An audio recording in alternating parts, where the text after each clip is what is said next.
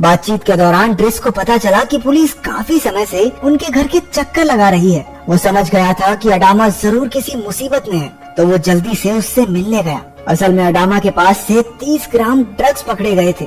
ड्रिस उसे अपने साथ ले जाना चाहता था, लेकिन वो एक बार फिर से उस काली गाड़ी में चढ़ गया। ड्रिस हताश होकर वहाँ से चला गया।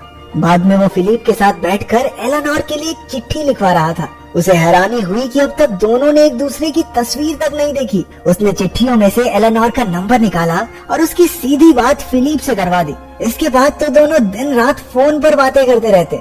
इसके बाद उन्होंने फिलिप की एक तस्वीर पसंद करके एलेनोर को भेजी। बाद में जब ड्रिस पेंटिंग कर रहा था तो एलिसा उससे सिगरेट मांगने आई और उसकी पेंटिंग का मजाक बनाने लगी। ड्रिस ने गुस्सा होकर उसे कमरे से बाहर निकाल दिया। उधर फिलिप चिट्ठी में से तस्वीर बदलकर अपनी पैरालाइज होने से पहले की तस्वीर लगवा रहा था। वो सोच रहा था कि व्हीलचेयर को देखकर एलेनोर कहीं उससे बात करना न छोड़ दे। तभी ड्रिस एलिसा की शिकायत करने पहुंचा तो फिलिप को बहुत हैरानी हुई कि वो पेंटिंग भी कर लेता है। जैसे जैसे दिन बीतते गए उनकी दोस्ती और गहरी होती गई। ड्रिस उसे बर्फ से खेलने ले जाता और सुबह की सैर भी दोनों साथ ही किया करते। ड्रिस ने अपनी पहली पेंटिंग पूरी करके मैगलाई को दिखाई, जो उसे देखकर हल्का फुल्का इम्प्रेस भी हो गई। लेकिन जब वो उसे किस करने के लिए आगे बढ़ा तो उसने ड्रिस के मुंह पर जोरदार चांटा दिया।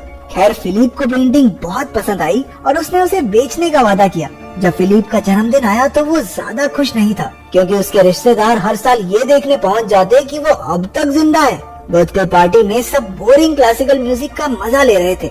इस दौरान ड्रिस ने देखा कि एलिसा अपने कमरे में रो रही थी। उसके पूछने पर एलिसा ने बताया कि उसके बॉयफ्रेंड ने उससे ब्रेकअप कर लिया है। ये सुनकर फिलिप हंसने लगा और उसने कहा, छोटी बच्ची हो क्या? उधर फिलिप ने अपने एक रिश्तेदार को ड्रिस की पेंटिंग 11,000 यूरोज में बेच दी। खाने के वक्त युवान ने ड्रिस को बताया कि मैगलाई फ्रेड नाम के किसी आदमी से प्यार करती है। बाद में फिलिप ने ड्रिस को एक पुराना क्लासिकल म्यूजिक सुनने को कहा, लेकिन उसे एंजॉय करने के बजाय वो जोर जोर से हंसने लगा। उसने अपने टपोरी पार्टी सॉन्ग्स बजाकर नाचना शुरू कर दिया और बाकी सब भी उसके पीछे हो लिए। रात को उसने फिलिप को एलेनोर की चिट्ठी पढ़कर सुनाई, जिसमें उसने कहा था कि वो अगले हफ्ते पेरिस आ रही है और साथ में उसने अपनी तस्वीर भी भेजी थी। एलेनोर के साथ डेट के दिन ड्रिस और युवान ने फिलिप को कई सारे सूट्स पहनाकर देखे और बहुत अदला बदली के बाद फाइनली उन्हें एक सूट पसंद आ गया। युवान उसे डेट के लिए ले गई और ड्रिस एलिसा के बॉयफ्रेंड को धमकाने पहुंच गया।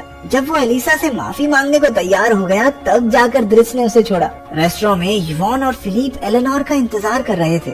1 घंटे बाद भी जब वो नहीं आई तो फिलिप ने ड्रिस को उसे घर ले जाने के लिए बुला लिया। जब वो रेस्टोरेंट से बाहर निकला तभी एलेनोर अंदर आई, लेकिन दोनों ने एक दूसरे को देखा नहीं।